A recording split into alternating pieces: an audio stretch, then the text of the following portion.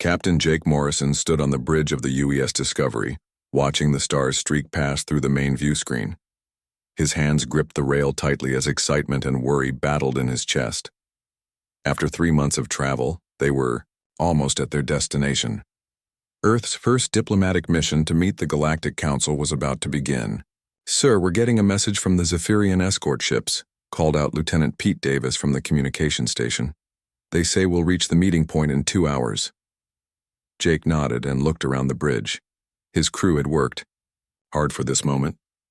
They all knew how important this mission was for humanity. The Zephyrians had contacted Earth 6 months ago, saying they wanted to welcome humans into the galactic community. It seemed too good to be true.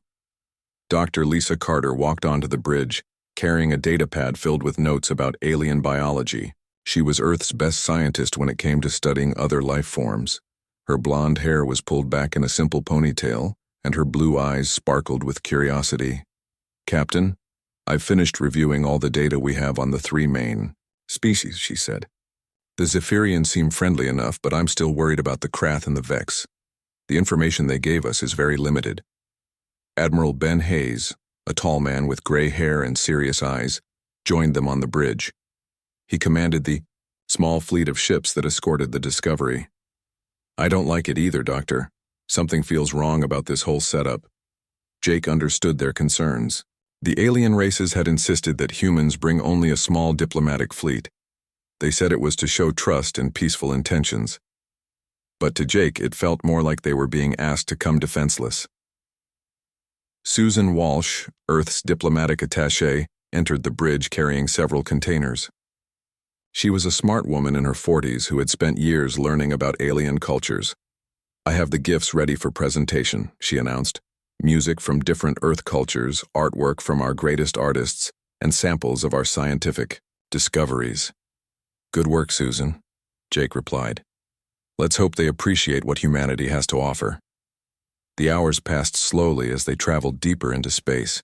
The Discovery and her 3 escort ships moved through an area of space that seemed empty except for distant stars. Jake couldn't shake the feeling that they were being watched. "Captain," Pete called out suddenly, "I'm picking up multiple ships on long-range sensors. A lot of them." Jake felt his stomach drop. "How many?" "At least 50, sir. Maybe more. They're coming from 3 different directions." Admiral Hayes moved quickly to the tactical station. His face went pale as he studied the readings. "Jake, we're in trouble. Those aren't just a few ships. I'm reading over 200 vessels."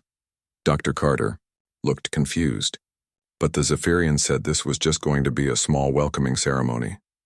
The main view screen suddenly filled with the image of an alien face. It was reptilian, with golden scales and cold yellow eyes. When it spoke, its voice was smooth, but threatening. "Human vessels, this is Fleet Admiral Kethvar of the Zephyrian Empire. You will power down your weapons and prepare to be boarded. Any resistance will result in your immediate destruction." Jake stared at the screen in shock. "This isn't what we agreed to. We came here for peaceful negotiations." The alien's mouth curved into what might have been a smile, showing sharp teeth. "Peaceful? You misunderstood, primitive creature. We studied your species for months. You are weak, emotional beings who waste time on art and music instead of proper warfare. You will make excellent slaves." Susan stepped forward, her voice shaking with anger. "We came here in good faith. We brought gifts and offers of friendship." "Your gifts are worthless," the alien replied. "Your friendship means nothing. You have 2 minutes to surrender or we will take you by force. Just like we took the Altarians, the Kepler colonies, and dozens of other pathetic species." Admiral Hayes grabbed Jake's arm. "We need to run now." But Jake was looking at the tactical display. The alien ships had formed a perfect trap around them. 3 different fleets had moved into position while the humans thought they were traveling to a peaceful meeting. The Zephyrians weren't alone. The insect-like Krath ships were there too, along with the crystal ships of the Vex. "There's nowhere to run," Jake said quietly. "They planned this perfectly." Dr. Carter was working frantically at her station. "I'm recording everything," she said. Ship designs, weapon signatures, tactical formations. If we don't make it back, someone needs to know what we learned here. The alien commander appeared on screen again. Your time is up, humans. Surrender now, or face destruction. Jake looked around his bridge at his crew. These were good people who had volunteered for this mission, because they believed in humanity's future among the stars. They didn't deserve to die because of alien lies and treachery. We refuse, Jake said loudly. Humans don't surrender to bullies and slavers. The alien's eyes widened in surprise. What did you say? You heard me. We won't bow down to you. We won't become your slaves. And we sure won't make it easy for you. Admiral Hayes nodded grimly. All ships, battle stations. If we're going down, we're taking some of them with us. The space around them suddenly filled with laser fire and explosions. The alien ships opened fire from all directions, but the human vessels fought back with everything they had. The Discovery's weapons blazed as Jake ordered his crew to target the largest Zephyrian ship. Direct hit on their flagship, Pete shouted over the noise of battle. But there were too many enemies. One by one, the human escort ships were destroyed. The Discovery shook violently as alien weapons tore into her hull. Dr. Carter never stopped working at her station, even as sparks flew and the bridge filled with smoke. Transmission ready, she called out. All data about alien ships, weapons, and tactics.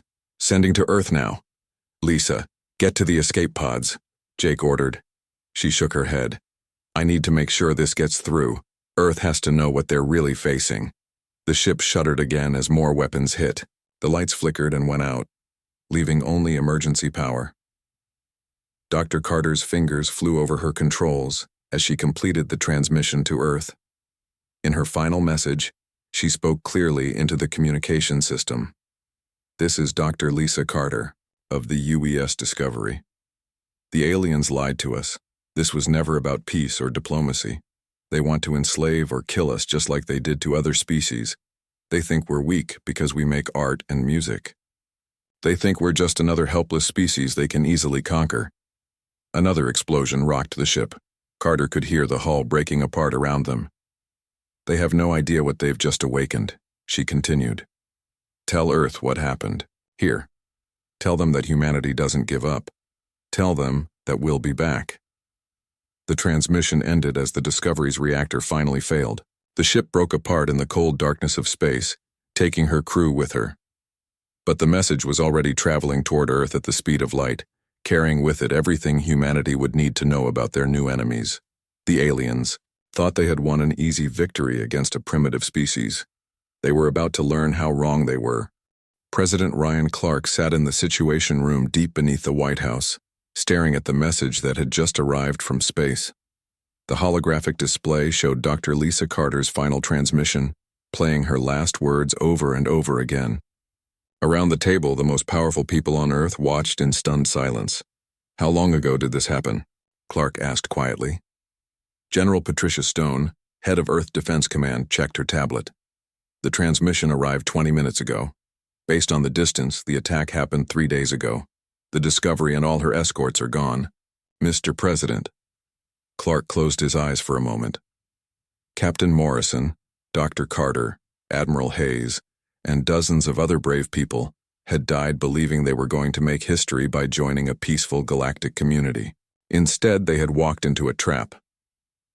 What do we know about these alien fleets? Clark asked. Dr. Carl Davis, Earth's leading expert on alien technology, stood up and activated the main screen. Dr. Carter's data was incredibly detailed, sir. She managed to scan over 200 alien ships before the Discovery was destroyed. We have complete information on their weapons, shield systems, and ship designs. The screen filled with images of the 3 alien fleets. The Zephyrian ships looked like metal daggers, sleek and dangerous. The Krath vessels were organic and disgusting, like giant insects floating in space. The Vex ships were made of some kind of crystal that seemed to glow with inner light. They're not just powerful, Dr. Davis continued. They're organized. This wasn't a random attack. They've been planning this for months, maybe years. They studied us, learned our weaknesses, and then struck when we were most vulnerable. General Stone activated another display showing Earth's current defenses. Right now, we have 43 military ships in space. Most of them are patrol vessels or science ships. We're not ready for a war like this. Clark looked around the room at the faces of his advisors. Fear was written on most of them, but he also saw something else. Anger. The same anger he felt burning in his own chest. How long before they reach Earth? He asked. Based on Dr. Carter's data about their ship, speeds maybe 6 weeks, Stone replied. But they might send advanced scouts sooner. Clark stood up and walked to the window that showed the Earth's surface far above. Billions of people were going about their daily lives, not knowing that alien fleets were already heading toward their world. General Stone, I'm authorizing Emergency Protocol 7. Convert every shipyard, every factory, every resource we have to military production. I want every nation on Earth working together on this. Stone nodded grimly. Yes, sir. What about the people? Do we tell them what's coming? We tell them the truth, Clark said firmly. Humanity deserves to know what we're facing, and they deserve the chance to fight back. 3,000 miles away, in a secret research facility. In Colorado, engineer Amy Rodriguez was already studying the alien technology data. She had been working for 18 hours straight, barely stopping to eat or sleep. The information Dr. Carter had died to send them was like a treasure map of alien weaknesses. Look at this, she said to her assistant, Dr. Kevin Walsh. Their hull materials are incredibly strong, but they have a specific vibration frequency that could shatter them. It's like they never considered that someone might use sound as a weapon. Dr. Walsh leaned over her shoulder to study the data. And their energy shields. They're designed to stop direct energy attacks. But what about physical projectiles? Old-fashioned, bullets and missiles? Amy smiled for the first time in days. Exactly. They've been fighting the same way for so long that they've forgotten about simple kinetic weapons. We might be primitive compared to them, but primitive weapons can still kill. Across the country, Commander Nick Parker was training the first group of pilots who would face the alien fleets. He had studied every second of combat footage from the Discovery's final battle, looking for patterns and weaknesses in alien tactics. Listen up, he told his pilots. These aliens fight like computers. Everything is planned, organized, predictable. They expect their enemies to follow the same patterns, but we're not going to do that. Lieutenant Julie Smith raised her hand. What do you mean, sir? I mean, we're going to be crazy, Parker replied with a grin. We're going to do things that don't make sense to them. Ramming attacks, close-range combat, using our ships as weapons when the guns run out. They've never faced enemies who are willing to sacrifice everything for victory. The pilots looked at each other nervously. This wasn't the kind of training they had expected. Sir, said Lieutenant Bobby Chen, won't that just get us all killed? Parker's expression became serious. Maybe. But the Discovery's crew died anyway, and they were trying to be peaceful. At least this way we take some of the enemy with us. Meanwhile, far out in space, the alien fleets were traveling toward Earth.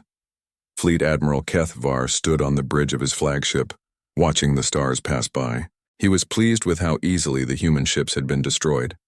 Most species surrendered after seeing what happened to their diplomats, but the Zephyrian commander wasn't worried.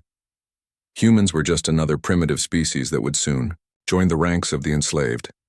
Admiral, called out his communications officer. We're receiving reports from our advanced scouts. The humans appear to be building things. Kethvar laughed, showing his sharp teeth. Of course they are. Probably monuments to beg for our mercy or temples to worship us as gods. Most species do that when they realize they're about to be conquered. Sir, it doesn't look like temples. Our scouts report massive construction projects all over their planet. Shipyards, weapons factories, training facilities. It looks like they're preparing for war. The alien admiral's laughter stopped. War? Against us, that's impossible. We destroyed their entire fleet. What could they possibly do with a few more primitive ships? But even as he dismissed the reports, Kethvar felt a small worry growing in his mind. Most species collapsed after losing their military. They begged for mercy or tried to hide. They didn't start building more weapons. Back on Earth, the transformation was incredible. Every major corporation had switched to military production. Car factories were building spacecraft engines. Electronics companies were making weapons systems. Even toy manufacturers were producing parts for military equipment.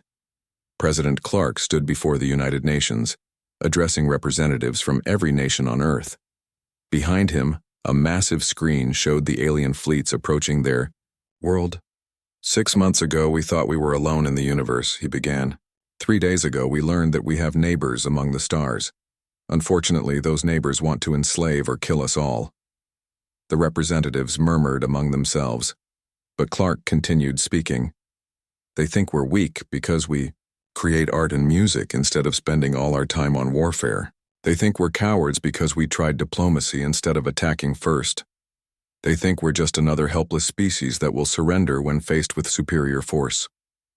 Clark paused and looked directly into the cameras that would broadcast his words around the world. They're about to learn that they picked the wrong species to mess with. Humanity has never backed down from a fight, especially when our survival is at stake. We've fought wars that lasted years, decades, even centuries. We've defeated enemies who seemed impossible to beat, and we've never, ever given up. The president's voice grew stronger as he spoke. The aliens are coming to Earth expecting to find a broken, scared species ready to surrender. Instead, they're going to find 6 billion humans who are angry, determined, and ready to show them what real warfare looks like. The applause from the assembly was thunderous, but Clark wasn't finished. Dr. Carter and Captain Morrison died to give us the information we needed to fight back. We won't waste their sacrifice.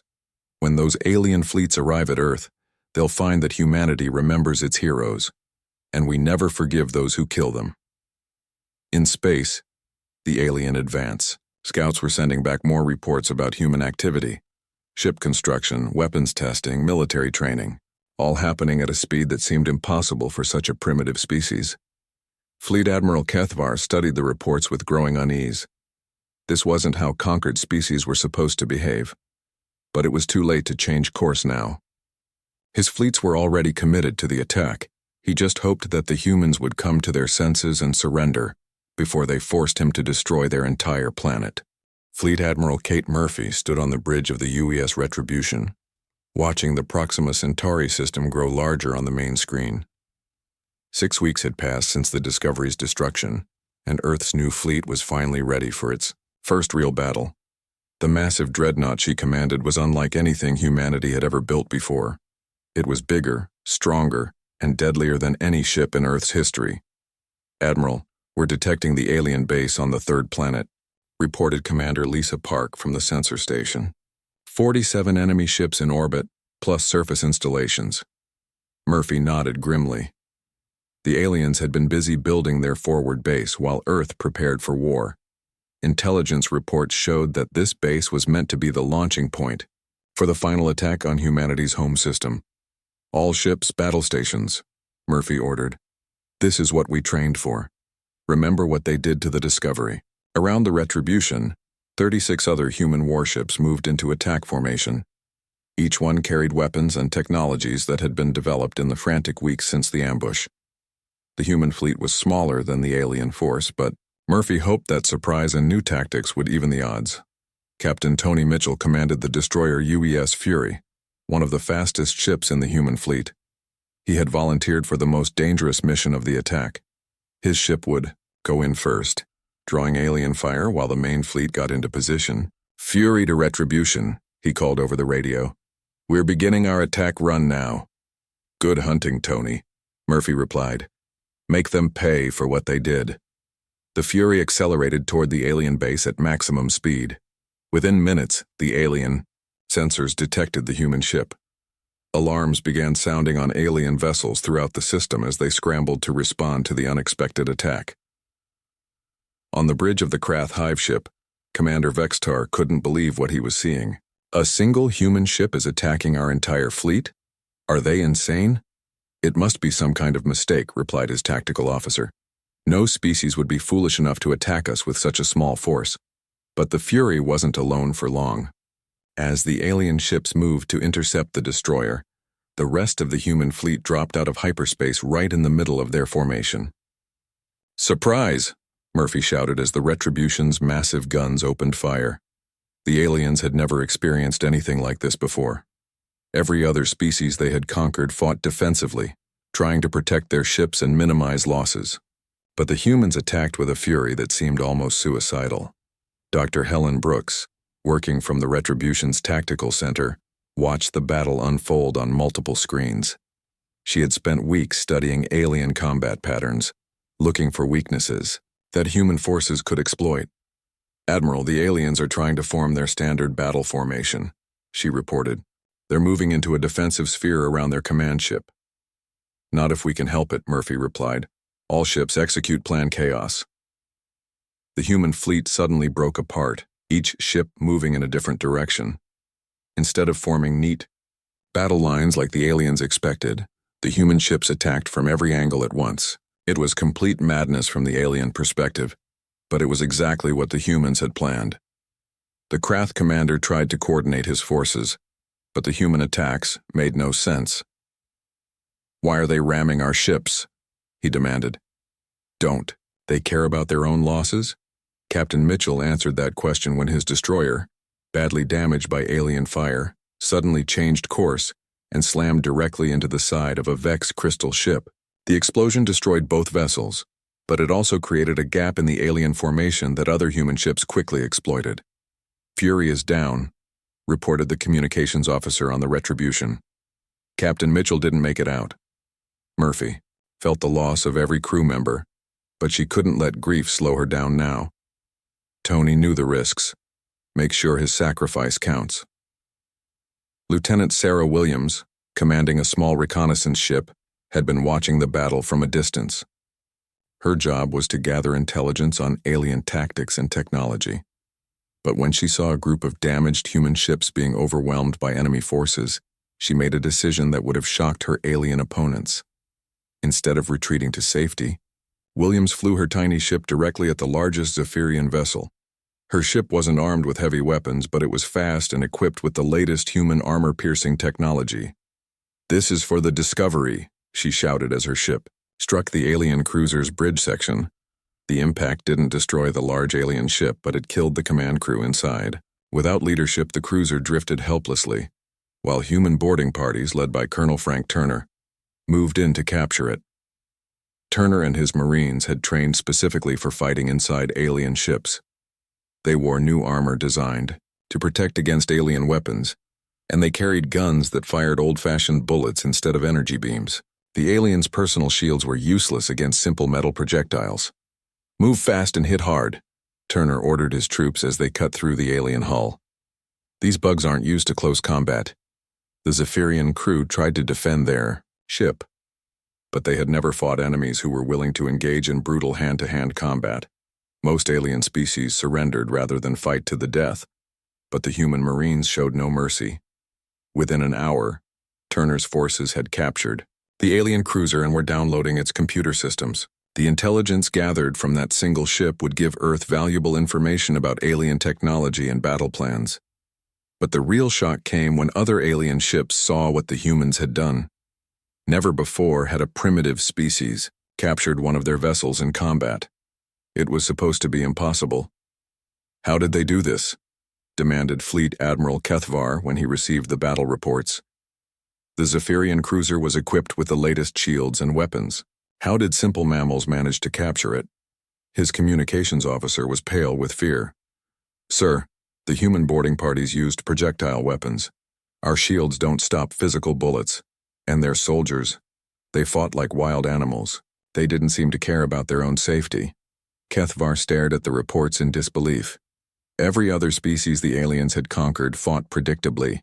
They tried to minimize casualties and preserve their forces, but the humans seemed willing to die as long as they took aliens with them. Back at Proxima Centauri, the battle was turning in humanity's favor. The alien base's defenders were confused and disorganized.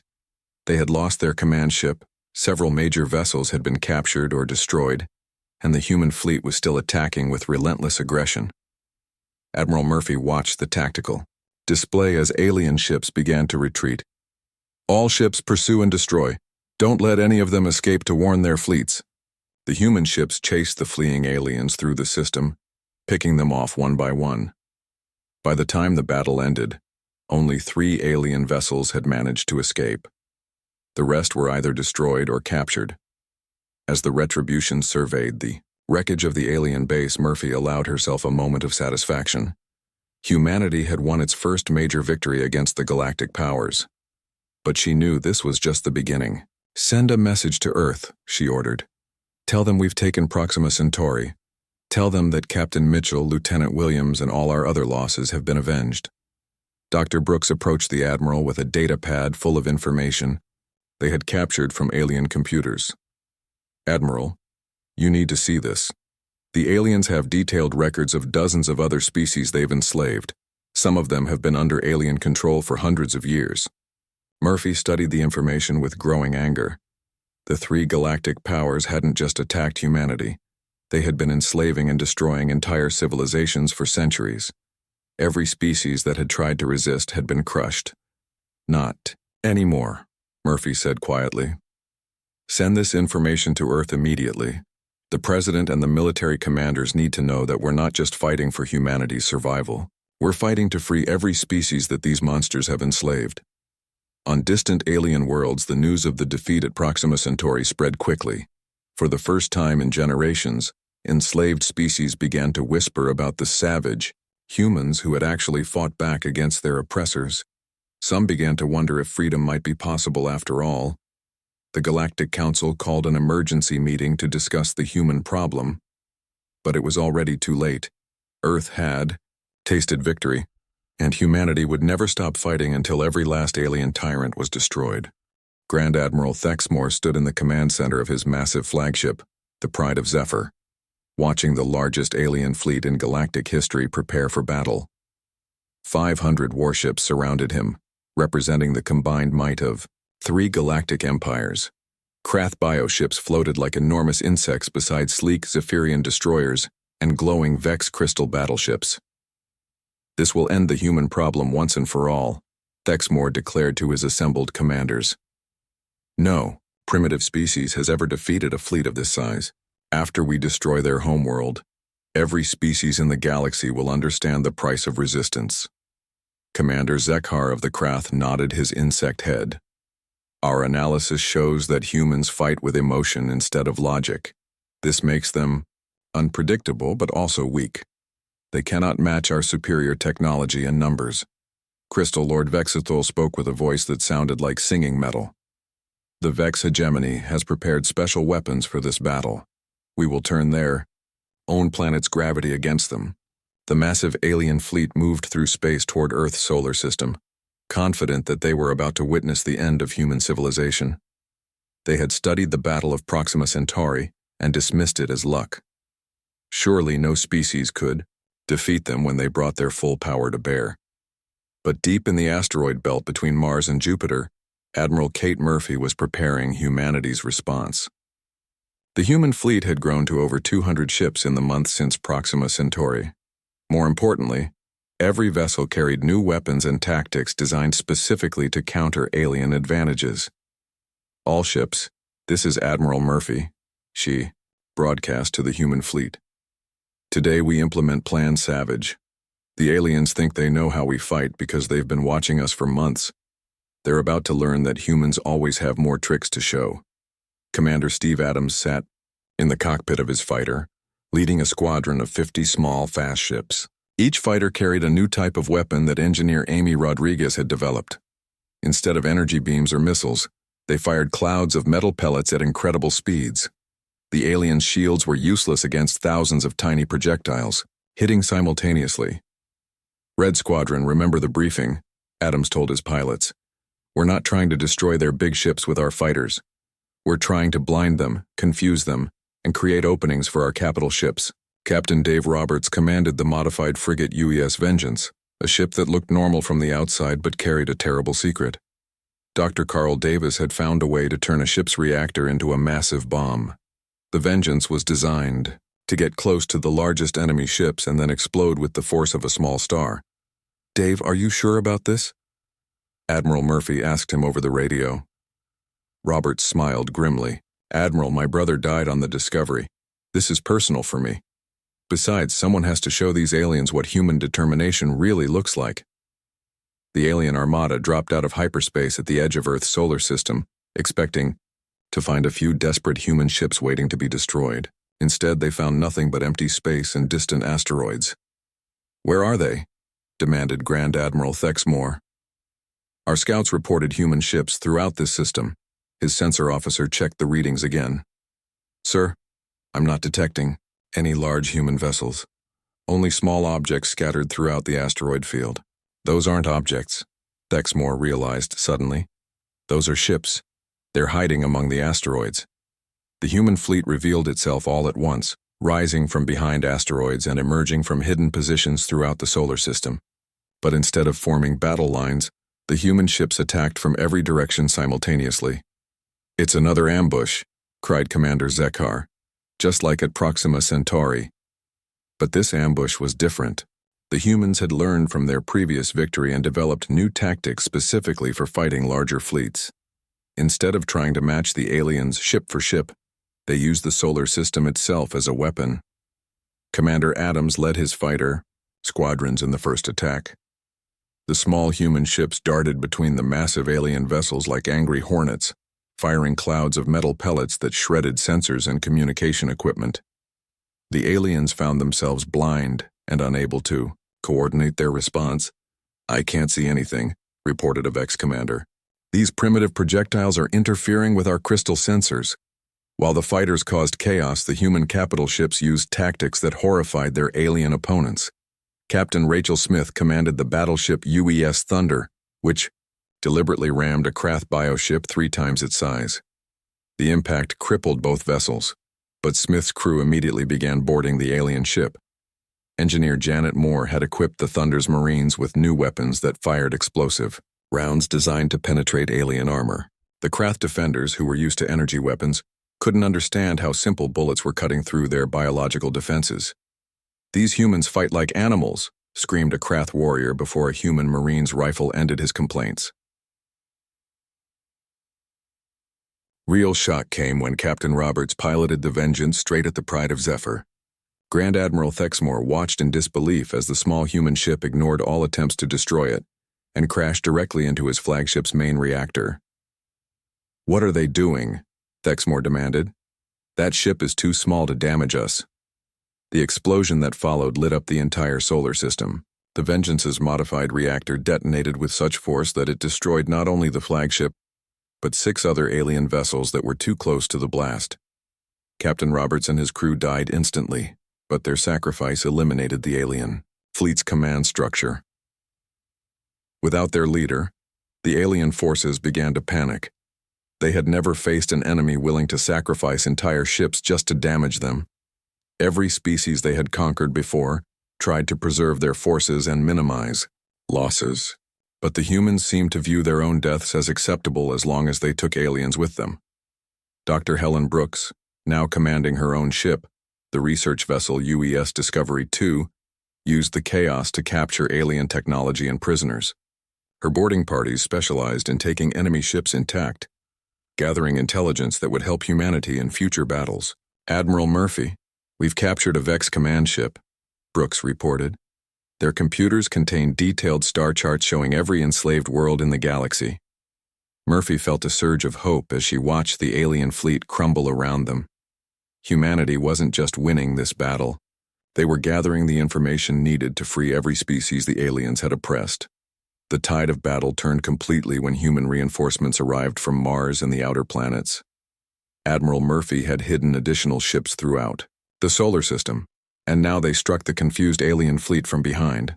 "All ships press the attack," Murphy ordered. "Don't let any of them escape." The aliens tried to retreat, but the human ships pursued them relentlessly. Unlike other species that were content to drive off invaders, humans wanted complete victory. They chased the fleeing aliens through the outer planets, destroying ship after ship. Commander Zekar managed to escape with only 12 ships out of the original 500. His once mighty fleet had been annihilated by a species he had dismissed as primitive mammals. As his damaged vessel limped toward Krath space, he sent a desperate message to the Galactic Council. "The humans are not like other species," he reported. "They don't fight to defend territory or resources. They fight to destroy their enemies completely. They're willing to die as long as they take us with them. We cannot defeat creatures like this with conventional warfare. Back in Earth's solar system, Admiral Murphy surveyed the wreckage of the alien armada. Hundreds of enemy ships floated dead in space, while the human fleet, though badly damaged, remained in control of their home. System. Send a message to every enslaved world in the galaxy, Murphy ordered. Tell them that humanity is coming. Tell them that the age of alien tyranny is ending. President Clark received the victory report while standing in the same situation room, where he had first learned of the Discovery's destruction. The man who had once faced the possibility of humanity's extinction now commanded the most powerful military force in known space. Mr. President, reported General Stone, our intelligence teams have identified 47 worlds where aliens are holding other species as slaves. Some of these civilizations have been imprisoned for over 300 years. Clark nodded, slowly. The aliens had made a terrible mistake when they attacked humanity. They thought they were conquering another helpless species. Instead, they had awakened something that would not rest until every tyrant in the galaxy was destroyed. Prepare the liberation fleets, Clark ordered. It's time to show the galaxy what happens when you threaten human beings and their friends. The savage retaliation was just beginning. The Great Assembly Hall of the Galactic Council had never been so quiet. Representatives from 200 species sat in stunned silence as they watched the holographic displays showing the destruction of the alien armada at Earth. The three most powerful civilizations in the galaxy had just been defeated by a species that most council members had never even heard of 6 months ago. Ambassador Laura Gray stood at the center of the hall, representing humanity before the gathered aliens, for the first time. She was a tall woman with dark hair and sharp eyes that seemed to look right through the alien representatives who had allowed slavery and conquest to continue for centuries. Honored council members, Laura began, her voice carrying clearly through the massive chamber. I am here to discuss the unprovoked attack on humanity by the Zephyrian Empire, the Krath Collective, and the Vex Hegemony, an attack that has now resulted in the complete destruction of their combined fleets. Council Speaker Veltar, a tall alien with blue skin and 4 arms, shifted nervously in his chair. Ambassador Gray, the council was not aware of any official military action against your species. These may have been unauthorized operations. Laura smiled coldly. Unauthorized? We have captured alien computers containing detailed records of your 3 dominant species, planning this attack for over a year. We also have evidence of hundreds of other species that you've conquered, enslaved, or exterminated over the past 3 centuries. She activated a holographic display that filled the center of the hall. Images of destroyed worlds, enslaved populations, and alien prison camps appeared before the shocked representatives. Many of the council members had never seen evidence of what the 3 powers had been doing in their name. The Altarian homeworld destroyed 50 years ago, Laura continued, pointing to one image. The Kepler colonies, enslaved for 200 years. The Tau Ceti civilization extinct because they refused to surrender. How many more, Council Speaker? How many species disappeared while you sat here and did nothing? Admiral Kate Murphy entered, the hall accompanied by a group of human Marines. She carried a data pad filled with intelligence gathered from captured alien ships. The other council members looked nervous as the humans took their positions around the chamber. We didn't come here to join your council, Murphy announced. We came here to give you a choice. You can either help us free the enslaved worlds or you can stand aside while we do it ourselves. Representative Kexhan of the Andromedans stood up, his tentacles waving in agitation. You cannot simply demand changes to galactic law. The Council has maintained peace for over 500 years. Peace? Laura laughed bitterly. You call slavery and genocide peace? You call allowing 3 species to terrorize the galaxy peace? That's not peace, Representative. That's cowardice. Dr. Helen Brooks activated another display showing the locations of 47 enslaved worlds that humanity had identified. We have the star charts, the prison locations, and the military strength assessments for every slave world in this galaxy. We're going to free them all, with or without your help. The representatives began talking among themselves in dozens of different languages. Many of them represented species that had always feared the three dominant powers but had never dared to resist. Now they were watching humans openly threaten those same powers and actually have the strength to back up their words. Colonel Jeff Morrison, brother of the late Captain Jake Morrison, stepped forward with a group of liberated aliens. These were members of species that human forces had already freed from alien prison worlds during the past month. "These are Altarians," Jeff announced, gesturing to a group of tall, graceful beings with silver skin. "Their homeworld was destroyed, but we found survivors in alien labor camps. They've agreed to help us identify other enslaved populations." One of the Altarians, a female named Sil Andra, spoke with a voice full of emotion.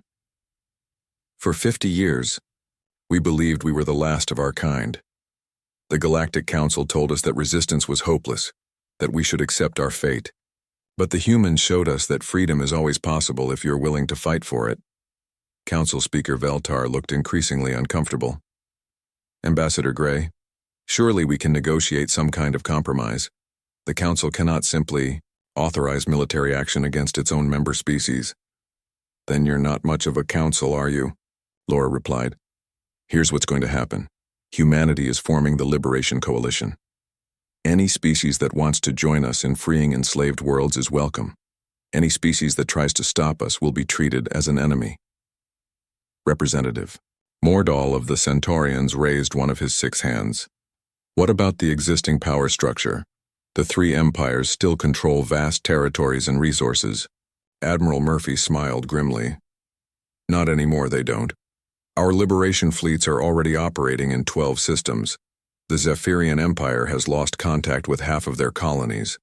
The Krath Collective is facing rebellions on 6 worlds, and the Vex hegemony is begging us for a ceasefire." The truth was even more dramatic than Murphy let on. Human forces had been striking alien installations throughout the galaxy for weeks.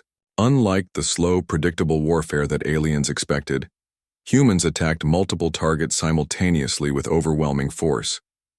Captain Lisa Carter Jr., daughter of the scientist who had died on the Discovery, had become one of humanity's most successful liberation commanders. She specialized in freeing alien prison camps and recruiting the survivors into human-led resistance forces.